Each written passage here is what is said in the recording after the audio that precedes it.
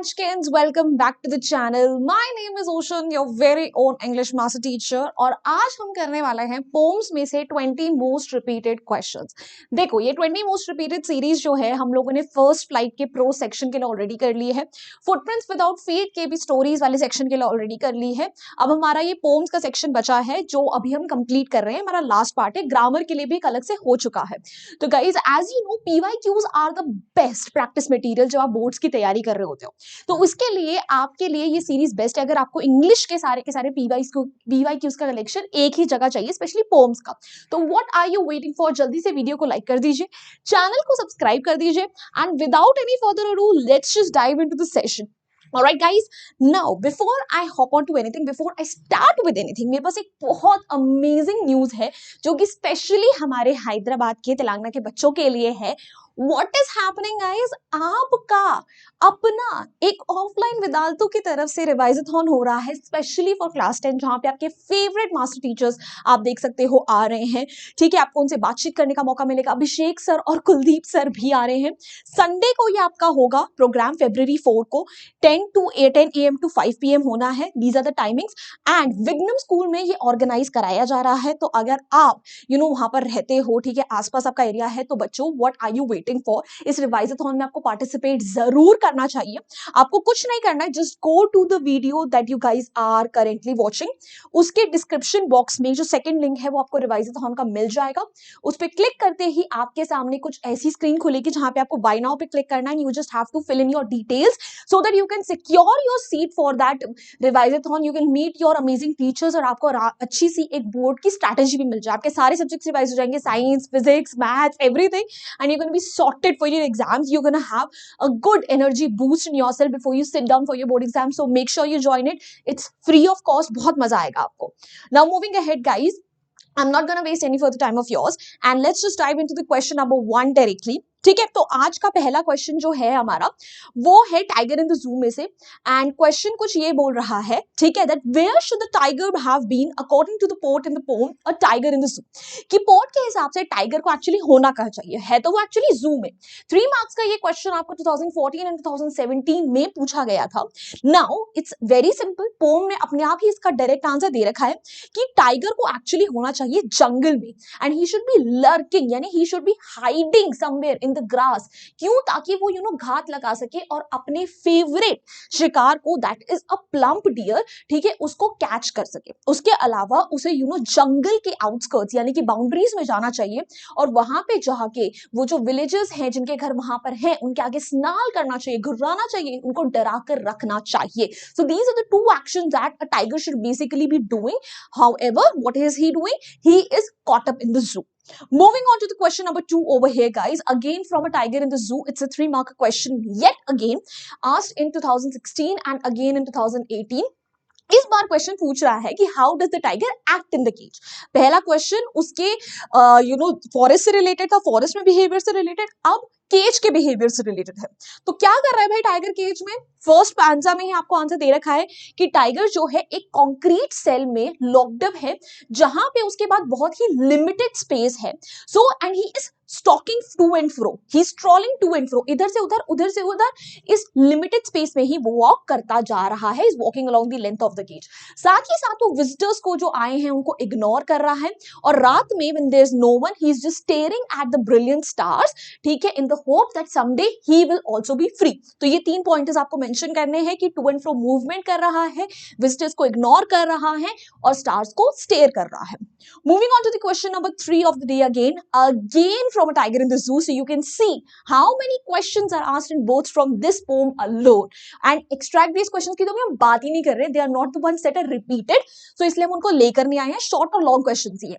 Now this question says it's a 6-mark question, ठीक है, value based question है on the topic of freedom, जो कि theme है इस poem का, that love for freedom is the natural instinct of every living being. Comment on it कि हर इंसान को, हर living being को, irrespective of the fact whether it is a human or an animal, they demand freedom.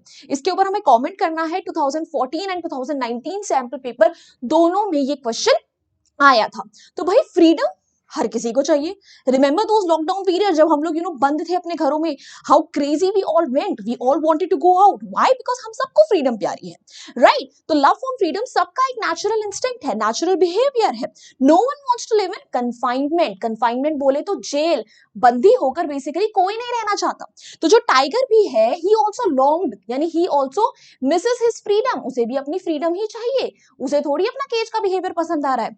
And he was so fed up of being cage that he even ignored the visitors. वो visitor को भी ignore कर रहा है क्योंकि वो fed up हो चुका है, परेशान हो चुका है केज में रह रहकर, ठीक है? वो टू एंड फ्रो स्टेप्स लिए जा रहा है, यानी इधर से उधर बस केज में मूव करे जा रहा है, to while away his time, यानी कि to pass away his time, बस बेसिकली टाइम पास कर रहा है, उसे उस कैप्टिविटी से बेसिकली एस्केप करना है।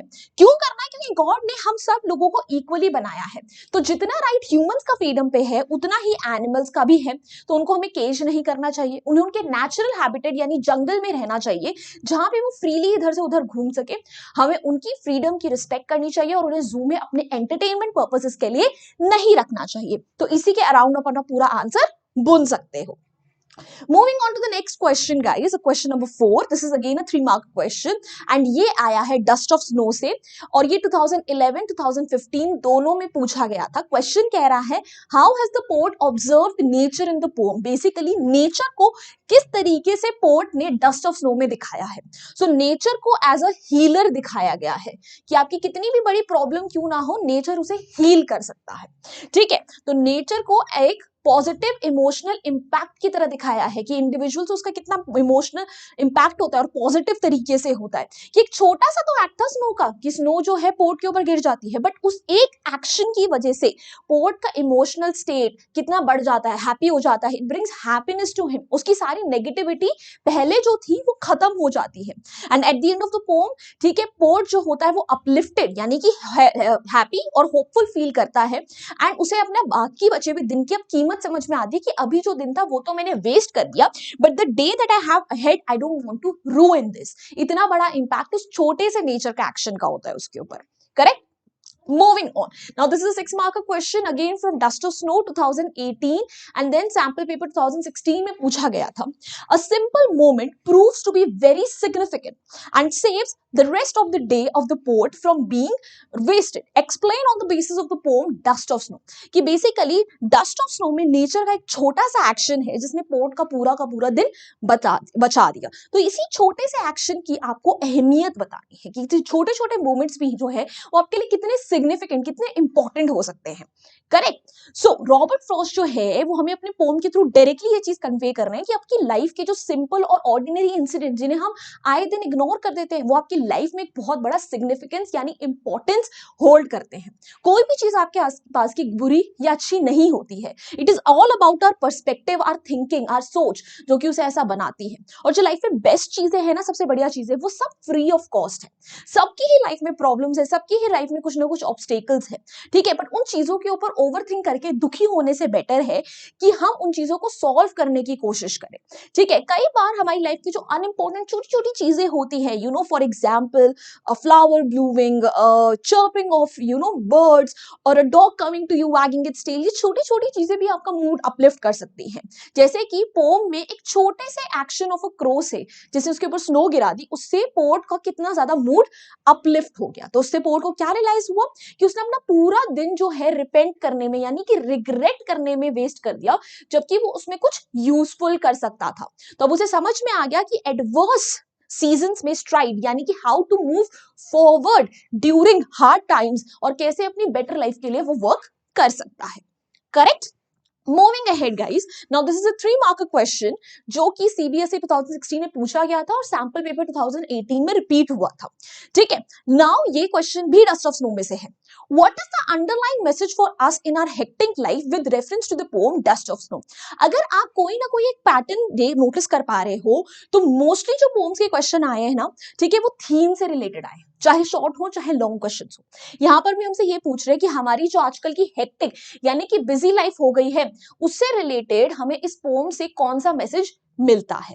तो भाई क्या मैसेज मिलता है, क्या अंडरलाइन यानी क्या हिडन मैसेज मिलता है कि भाई हम लोगों को अपनी लाइफ में ऑप्टिमिस्टिक यानी कि पॉजिटिव रहना सीखना चाहिए। सबकी लाइफ में प्रॉब्लम्स होती हैं, डिप्रेसिंग स्टेज आते हैं, बट उस टाइम पे छोटी छोटी चीजें जो है, स्पेशली नेचर जो है, वो आपके लिए बहुत बड़ा पॉजिटिव चेंज ला सकती है, आपको आपका मूड बहुत अच्छे से अपलिफ्ट कर सकती है। तो उतने नेगेटिव टाइम पीरियड में भी आपको अपने आसपास खुशियां ढूंढने की कोशिश करनी चाहिए। That is the message. Okay, next question now. This is from Fire and Ice. This is a 3-mark question 2017 and then 2020 में पूछा गया है that Fire and Ice projects a pessimistic यानी कि negative outlook. Comment on that. Negative भाई कैसे हमें दिखा रहे हैं, because we are being warned about our extreme human emotions that can lead to the destruction of the entire world. क्योंकि हमें बताया जा रहा है कि जो वर्ल्ड है ये जल्दी ही खत्म हो जाएगी, और खत्म क्यों होगी, या तो फायर या फिर आइस की वजह से। क्यों, क्योंकि हमारे जो ये नेगेटिव इमोशंस हैं वो इन फायर और आइस के थ्रू रिप्रेजेंट हो रहे हैं। ठीक है, तो पोर्ट जो है उसने वर्ल्ड वॉर 1 के बाद बहुत कुछ देखा है, तो उसे पता है कि ये दुनिया जो है या तो ग्रीड की वजह से या इनडिफरेंस या फिर आप बोल सकते हो हेट्रेड की वजह से खत्म होगी, क्योंकि यही तो एक्सट्रीम इमोशंस हैं जिनकी वजह से वर्ल्ड वॉर 1 भी हुआ था, जो कि रॉबर्ट फ्रॉस्ट ने अपनी आंखों से विटनेस किया था। Correct. Moving on guys, now again 3-mark question from fire and ice 2012 में पूछा गया है और 2016 और 17 के टर्म 1 में पूछा गया था बोर्ड के, that what does fire and ice stand for and what is the general opinion regarding the world, कि फायर और आइस किस चीज को रिप्रेजेंट कर रहा है, यानी उनका सिंबोलिज्म हमें एक्सप्लेन करना है, और बेसिकली लोगों का क्या ओपिनियन है दुनिया को लेकर इस पोम में। Very easy question. Correct. Fire कौन से इमोशन को रिप्रेजेंट कर रही है, fury, desire, lust, anger, avarice, avarice का मतलब भी एक्सट्रीम ग्रीड होता है, क्रूअल्टी, ग्रीड हैज ग्रीड। ठीक है, और वहीं आइस रिप्रेजेंट कर रहा है हेट्रेड, कोल्डनेस, रिजिडिटी यानी जिद्दीपन, इनसेंसिटिविटी, इनटॉलरेंस, कि आप छोटी छोटी चीजें जब सह नहीं पाते। ठीक है, ये सिंबॉलिक मीनिंग हो गया। और ओपिनियन क्या है लोगों का, कि वर्ल्ड जो है या तो फायर या फिर आइस की वजह से खत्म होगी, और ये दोनों ही रीजंस जो हैं ये एक दूसरे के कॉन्ट्रास्टिंग है, अपोजिट है, but they are equally competent or they are equally strong as well. Correct, you can mention that as well. All right, moving ahead guys to the question number 9. This is 6-mark question जो कि 2016 and sample paper 2017 में पूछा गया था। This is from the poem Amanda. State the key points in the poem Amanda. What do you learn from it? ठीक है, Amanda pome में क्या क्या की पॉइंट्स मेंशन करे गए हैं और उनसे आप क्या सीखते हो। Amanda talks about the upbringing of children. ठीक है, कैसे आप लोगों को बच्चों को चीजें अच्छे से सिखानी है। Yes, that is the major responsibility of a parent, but at the same time they need to understand कि उन्हें बच्चों को कहाँ स्पेस देने की भी जरूरत है। Correct. So let's have a look at the answer. So her child अपने आप में स्पेशल होता है और उसे पेशेंस की, लव की जरूरत होती है। ठीक है, ताकि वो चीजों को समझ सके। पेरेंट्स को अपने बच्चों को प्रॉपर स्पेस देनी चाहिए। ठीक है, और उन्हें उनके एक्सपीरियंसेस से, अपने एक्सपीरियंसेस से भी सीखना चाहिए। बच्चों के अंदर बैड हैबिट्स आ जाती है, डेफिनेटली आ जाती है। ठीक है, जिसको हटाने के लिए बहुत लेवल ऑफ अंडरस्टैंडिंग लगती है, एक राइट अप्रोच लगती है। आप हमेशा बच्चों के साथ स्ट्रिक्ट होकर उन्हें हर चीज नहीं सिखा सकते। ठीक है, फिर नेचुरल है अमांडा जैसी बच्ची के लिए कि उसे अपनी लाइफ में फ्रीडम चाहिए। क्यों? क्योंकि इसकी फ्रीडम को उसकी मॉम बहुत ज्यादा कंट्रोल करती है, जिसकी वजह से वो एंग्री और मूडी हमें नजर आती है। ठीक है, शी यर्न्स यानी शी लॉन्ग्स यानी she Mrs freedom and choice. उसे अपनी लाइफ में कुछ फ्रीडम चाहिए।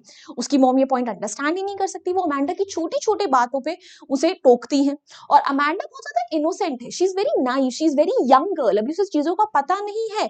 तो उसे जो उसकी मॉम एडवाइस दे रही है उनके बेनिफिट्स का भी नहीं पता। तो अगर वो उसके साथ ज्यादा स्ट्रिक्ट होंगी तो वो चीजों को मानेगी नहीं, उनसे डिस्टेंट होगी। And this is something that the mother needs to understand. तभी वो बच्चे को भी समझा सकते हैं।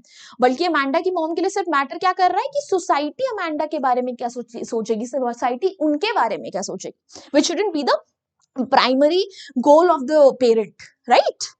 Moving ahead, now this is a 6-mark question guys. ठीक है, अब ये हमारा दोबारा से टाइगर इन द जू से आया। So that is one poem जो बहुत बार 3 मार्क्स और 6 मार्क्स के क्वेश्चन में पूछी जाती है। 2017 में आया था और 2021 सैंपल पेपर में रिपीट हुआ है। You have to give contrasting pictures of the tiger in his natural habitat and in the locked cage of the zoo and how does he feel and behave differently in both places. कि जो tiger है जब वो जू में है तब वो कैसा बिहेव कर रहा है, और जब वो नेचुरल हैबिटेट में है तब वो कैसा बिहेव कर रहा है। उन दोनों के अपोजिट कैरेक्टरिस्टिक्स को आपको शो करना है।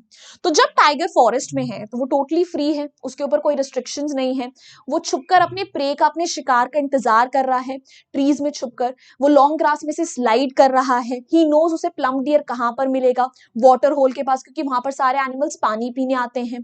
ठीक है, फिर वो घरों के आसपास रोम अराउंड करता है जो कि जंगल के एज पे है। ठीक है, उनके घरों के आसपास जाके अपने टीथ, अपने पॉज दिखाता है ताकि वो उन्हें टेरराइज करके रख सके, विलेजेस को डरा के रख सके।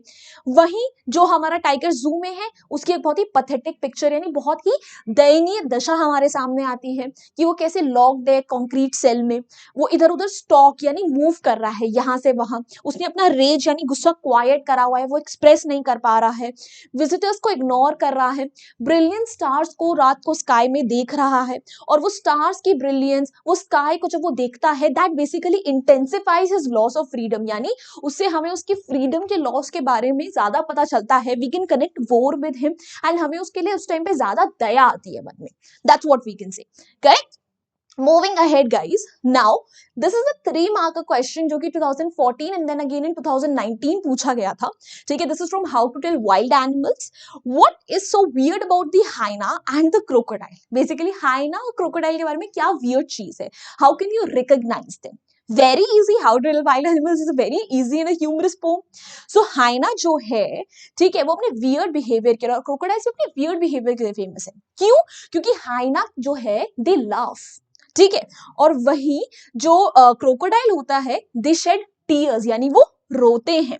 क्रोकोडाइल्स रोते हुए क्यों दिखाई देते हैं? बिकॉज जब वो पानी से ऊपर आते हैं तो वो आसपास से उनका पानी टपक रहा होता है, seems as if they are crying. और वही हाइना को कभी अगर आप सर्च करोगे, ठीक है, तो कई बार उनकी स्माइल होती है, ऐसा लगता है बहुत ही weird smile, as if you know कि एक ह्यूमन हंस रहा है, और बहुत ही अजीब तरीके से। तो इस तरीके से you can recognise these two animals and these are very weird aspects of an animal, because ये चीजें यूजुअली ह्यूमंस करते हुए आपको दिख सकते हैं। Alright, moving ahead again from How to Tell Wild Animals, a 6 mark question 2013 and sample paper 2017 में पूछा गया था। Humor is the best medicine for every ailment, यानी for every disease in life. Comment this with reference to How to Tell Wild Animals, कि भाई laughter से better कोई medicine नहीं है। इस चीज के ऊपर आपको कमेंट करना है और पोम को ध्यान में रखते हुए कमेंट करना है। तो भाई ह्यूमर जो है उसको तो साइंस भी मानती है कि वो आपके हेल्थ पर डायरेक्ट इंपैक्ट डालता है, एंड ह्यूमर इज इन्फेक्शियस। होता नहीं है क्लास में अगर एक बंदा हंसता है तो उसको देख देख के सारे लोग हंसते हैं, चाहे उन्हें जो पता हो ना पता हो। और जब ह्यूमन को शेयर करा जाता है, ह्यूमन नहीं, ह्यूमर को, लाफ्टर को, it binds people together and increases happiness. लोग खुश रहते हैं, एक साथ मिलजुल के रहते हैं। ह्यूमर से क्यों मेरे मुंह में ह्यूमन जा रहा है, ह्यूमर से आपका इम्यून सिस्टम बूस्ट होता है, आपको एनर्जी मिलती है, आपका पेन कम होता है, आपको स्ट्रेस से बचाता है वो, ठीक है। And it is a priceless medicine जो हर एलिमेंट, हर डिजीज से आपको बचा सकती है। और जो पोम है how to tell wild animals, it creates it creates humor, it creates humor, it creates funny things. Why? Because it describes different animals in a very very funny way, correct? तो जिस तरीके से port ने different animals के behaviour को explain करा है वो बहुत फनी है, बहुत इंटरेस्टिंग है। उन्होंने वाइल्ड लाइफ को बहुत ही अच्छे तरीके से डिपिक्ट करा है इन अ वेरी लाइवली मैनर। और पोम पढ़ते हुए हम सबके फेस पे कहीं ना कहीं एक स्माइल जरूर थी, and it's because of how funnily it has been, how humorously it has been represented in the poem, ठीक है। तो वो चीज ऑब्वियसली अच्छी है। Moving ahead guys, now this is a 6 mark question yet again जो 2013 2018 के sample paper में पूछा गया था, and this is from the poem The Trees. Let me tell you with respect to recent pattern of CBSE, ये question important भी है क्योंकि The Trees की theme से related questions आ रहे हैं। So question ये है कि how does the poem The Trees make a strong plea, यानी कि request against deforestation, कि trees poem जो है deforestation के against एक कैसे strong message या strong request हमें देती है। So जो poem है trees जो है वो deforestation के अगेंस्ट एक बहुत बढ़िया स्ट्रॉन्ग मैसेज देती है। कैसे? क्योंकि वो इंपॉर्टेंस की ट्रीज को हाईलाइट करती है, जहां पे पोर्ट स्टार्टिंग में बताता है कि भाई अगर ट्रीज नहीं है जंगल में तो शैडो नहीं होगा, फॉरेस्ट नहीं होगा, बर्ड्स कहाँ बैठेंगे, इंसेक्ट्स कहाँ हाइड करेंगे। फिर उसके बाद जब ट्रीज छोटे होते हैं, सैपलिंग फॉर्म में होते हैं, प्लांट फॉर्म में, तो लोग उन्हें अपने घरों में ऐड कर देते हैं ताकि अपने घर की ब्यूटी वो बढ़ा सके। बट वो ट्रीज जब बड़े होते हैं, अपना फुल फॉर्म लेते हैं, तो उस टाइम पर उन्हें फ्रीडम चाहिए, ठीक है। तो ऐसा लगता है कि उन्हें बाहर नेचर, विंड्स और मून वेलकम कर रहे हैं, they want them to come outside. Bird जो है ठीक है, वो डिपार्चर ऑफ द ट्रीज के बारे में मेंशन नहीं करता है, ठीक है, throughout the poem it says कि I am writing long letters, but मैं उसमें डिपार्चर ऑफ द ट्रीज को मेंशन नहीं कर रही हूँ। क्यों? Because she is feeling guilty from inside, because कहीं ना कहीं वो भी ट्रीज को काटने के लिए रिस्पॉन्सिबल है, बस उन्हें साइलेंटली जाते हुए देख रहा है। तो इस तरीके से it is subtly pointed out how the thankless a man is towards forest, की जो मैन है, ह्यूमन बींग्स है हम, फॉरेस्ट की तरफ कितने थैंकलेस हैं। फॉरेस्ट हमारे घरों की ब्यूटी, हमारे आउटसाइड की ब्यूटी बढ़ाते हैं, हमारे लिए कितना कुछ करते हैं, स्टिल हम लोग उन्हें इतना स्ट्रगल देते हैं, इतना पेन देते हैं, उन्हें काट देते हैं और अपने घरों में उगा देते हैं जहां पे वो अच्छा भी नहीं फील कर रहे हैं। That's so wrong of us, correct? Moving ahead, guys. Again from Trees poem, 6 mark question 2016 और 19 के सैंपल पेपर में आया था। Departure is painful, यानी जब भी कोई जाता है तो उसका बहुत दुख होता है। So is the departure of the trees for the poet. What will happen after the departure? कि जब trees भी जा रहे हैं तो उसका भी poet को कहीं ना कहीं दुख होगा। So what do you think जब trees चले जाएंगे तब क्या होगा? So, just like the departure of someone else close to us is painful, so is the departure of a tree. कि जब कोई हमारे से पास क्लोज वंस है, लव्ड वन है, वो दूर जाता है, हमें दुख होता है, तो ट्रीज का जाने पे भी दुख होगा। क्यों? क्योंकि जब हम उन्हें एज अ सैपलिंग प्लांट करते हैं तो वो बहुत अच्छे लगते हैं, हमारे घरों की ब्यूटी को एनहांस करते हैं, बट जैसे वो बड़े हो जाते हैं, they need to grow, they need to spread out their branches, वो वाइल्ड लगने लगते हैं, वो घरों में अच्छे से फिट नहीं हो पाते हैं, रूट्स जो है उनकी वजह से फ्लोर में क्रैक्स आ जाते हैं, लीव्स को भी फैलने की जगह नहीं मिलती है, ठीक है, दे वांट सनलाइट, ठीक है, दे स्ट्रेन टुवर्ड्स द ग्लास, जो छोटे छोटे ट्विग्स यानी टहनियां हैं वो भी स्ट्रॉन्ग और स्टिफ हो जाती हैं। तो इसका मतलब क्या है? ट्रीज को घरों से निकालने की जरूरत है, ठीक है।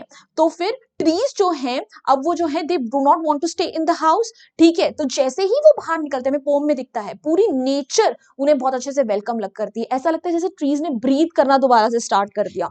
मून जो है एक ब्रोकन मिरर की तरह लगने लगता है क्योंकि उसके ऊपर ट्री का रिफ्लेक्शन आता है, और पोर्ट जो है ट्रीज के जाने के बाद ऑब्वियसली थोड़ा लोनली फील करेगी।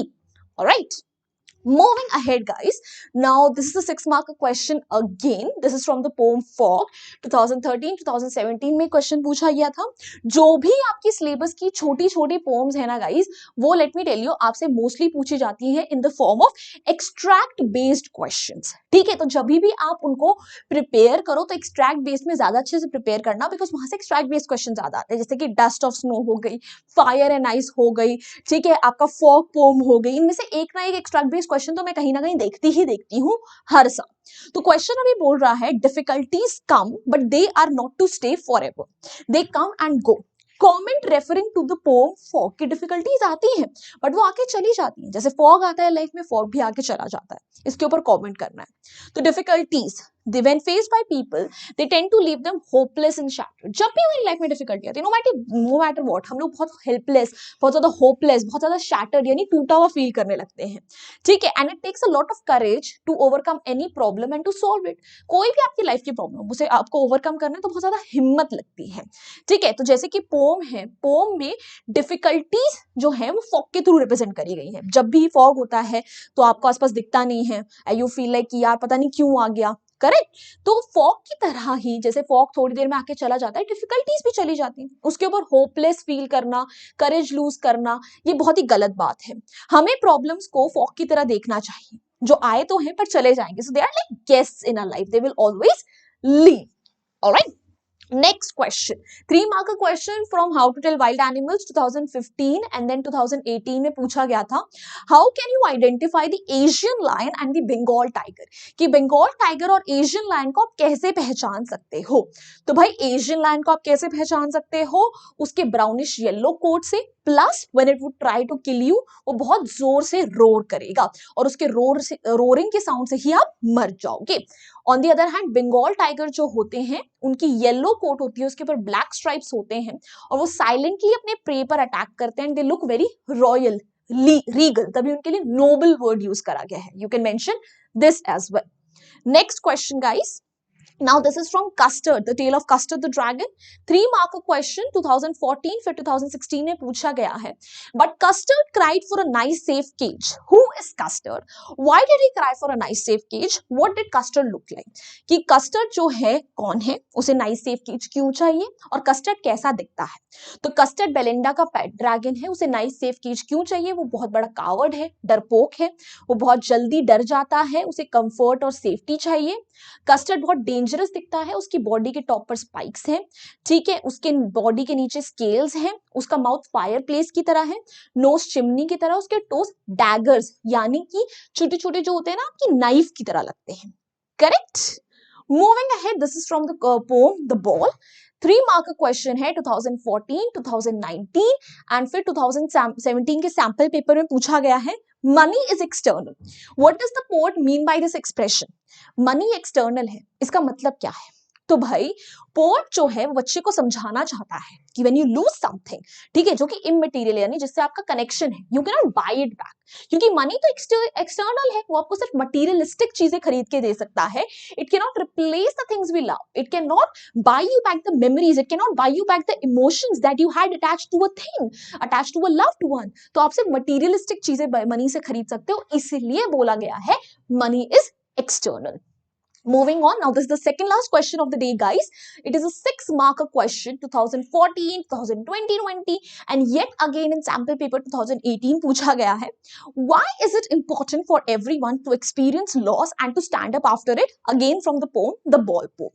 कि भाई हर किसी के लिए लाइफ में लॉस को एक्सपीरियंस करना और उसे मूव ऑन करना क्यों जरूरी है? भाई बहुत ज्यादा जरूरी है। क्यों? क्योंकि everyone faces some or the other loss at some point in their life. हर कोई किसी न किसी पॉइंट में कोई ना कोई लॉस जरूर फेस करता है, ठीक है। तो उस टाइम पे हर किसी को स्ट्रॉन्ग रहना चाहिए, नो मैटर आपको अंदर से कितना भी दुख हो, क्योंकि स्ट्रॉन्ग लोग ही जो होते हैं वो प्रॉब्लम्स में सरवाइव कर सकते हैं। और हर किसी को सीखने की जरूरत है कि आप लाइफ में लॉसेस को कैसे एक्सेप्ट करो। You need to let go of things. आप हमेशा हर चीज से क्लिंग नहीं कर सकते, उनसे अटैच नहीं हो सकते। हमें समझना पड़ेगा past is gone and it will never come back. जो चला गया वो चला गया, वो चीज आपके पास वापस नहीं आएगी। We all need to understand and accept it. Correct. Moving on, ये सॉल्यूशन था। चलो ये last question, I think question number नहीं लिखा। एक्सपीरियंसिंग लॉस, अच्छा ये उसी का पार्ट है कि जब हम कभी कभी लॉस एक्सपीरियंस करते हैं तो इससे हमें ग्रो अप करने में, हार्डशिप्स को फेस करने में हेल्प मिलती है, हमारी बाउंड्रीज ब्रेक होती है, ठीक है। वी रियलाइज कि हम लाइफ में कितना कुछ फेस कर सकते हैं। नेक्स्ट वन, लास्ट क्वेश्चन है, अगेन अ 6 मार्क का क्वेश्चन, 2011, 14, 22 तीनों में पूछा गया है। एंड क्वेश्चन बोल रहा है कि tell of how does the poem The Tale of Custard the Dragon differ from the traditional ballad? कि The Tale of Custard the Dragon एक ट्रेडिशनल बैलेड क्यों नहीं है? सबसे पहले समझते हैं कि बैलेड क्या होते हैं। जो बैलेड्स होते हैं ना, they are narrative folk songs जिसमें आपको हिस्ट्रीज और लेजेंड्स के बारे में बताया जाता है। मतलब जो बोलते हैं ना कि हर कहीं की लोक कथाएं होती हैं, ठीक है। Every area have their, every culture जो अपने कहानियां बताते हैं कि राजपूत ऐसे थे, ये ऐसे होते हैं, हीरोइज्म की कहानियां होती है, एडवेंचर्स की कहानियां होती है। बट जो tale of Custard the dragon है ना, वो फेबल कैटेगरी में ज्यादा फिट होता है। फेबल कैटेगरी जैसे कि आपकी पंचतंत्र हो गई, जिसमें एनिमल्स को हम ह्यूमन कैरेक्टरिस्टिक्स देते हैं और उनके थ्रू बच्चों को मॉरल लेसन सिखाते हैं। तो टेल ऑफ कस्टर्ड ड्रैगन में भी it is a fictitious narrative, यानी इमेजिनरी स्टोरी है जिसमें हमने एनिमल्स, बर्ड्स को जो है ह्यूमन कैरेक्टरिस्टिक्स देके उनके थ्रू एक स्ट्रॉन्ग मैसेज सेंड आउट करा है, ठीक है। तो इसीलिए हम उसे एज अ फेबल कंसिडर करेंगे rather than a ballad. Got it? All right, that's it guys. But आपकी तैयारी और पक्की करने के लिए, ठीक है, मैं आपके लिए और कुछ भी शेयर करना चाहती हूँ। देखो, ऑन अ डेली बेसिस जो भी आप हमारे सेशन देख रहे हो ना, we are providing you hand written notes of them in PDF format. अगर कोई सेशन आप मिस कर रहे हो, आप उसके वहां से यूट्यूब लिंक भी उठा सकते हो। साथ ही साथ जैसे आपने अभी पोम्स के 20 मोस्ट रिपीटेड क्वेश्चन करे, वैसे ही आप हर सब्जेक्ट से रिलेटेड, उनके हर टॉपिक से रिलेटेड 20 मोस्ट रिपीटेड पीवाईक्यूज भी अवेल कर सकते हो। और last but not the least, जो भी इंपॉर्टेंट प्लेलिस्ट है, ठीक है, जहां से आपकी प्रिपरेशन हो रही है, उसका भी कलेक्शन है। और साथ ही साथ हर सब्जेक्ट से रिलेटेड प्रैक्टिस पेपर्स हैं, 3 प्रैक्टिस पेपर्स हैं, सॉल्यूशंस हैं, हिंदी के 6 हैं, latest CBSE marking scheme and syllabus के हिसाब से। इन सबको पाने के लिए कुछ नहीं करना है, एब्सोल्युटली फ्री ऑफ कॉस्ट है। Just go to the video that you guys are currently watching, उसका जो पहला लिंक है डिस्क्रिप्शन बॉक्स में, उसे खोलो। कुछ ऐसा पेज खुलेगा, उसमें थोड़ा सा स्क्रॉल डाउन करोगे, पीडीएफ में एक लिंक दिखेगा। Once you click on it, तो लिंक से आपके सामने एक ऐसी शीट खुल जाएगी, ठीक है, जिसके अंदर आपको देखो hand written notes, PYQs, practice papers, सबकी प्लेलिस्ट वगैरह सब कुछ मिल जाएगा।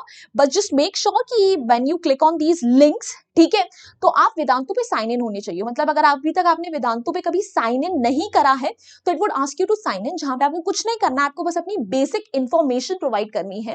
And once you do that, you are sorted, you can avail all of these things for free of cost. So I would urge you कि अपनी preparation को और बेटर करने के लिए आपको इन सबको जरूर देखना चाहिए। So that's it, guys. Now this is a Telegram channel. You can join our community over here as well. Also, this is my Instagram handle. Feel free to ping me over here as well.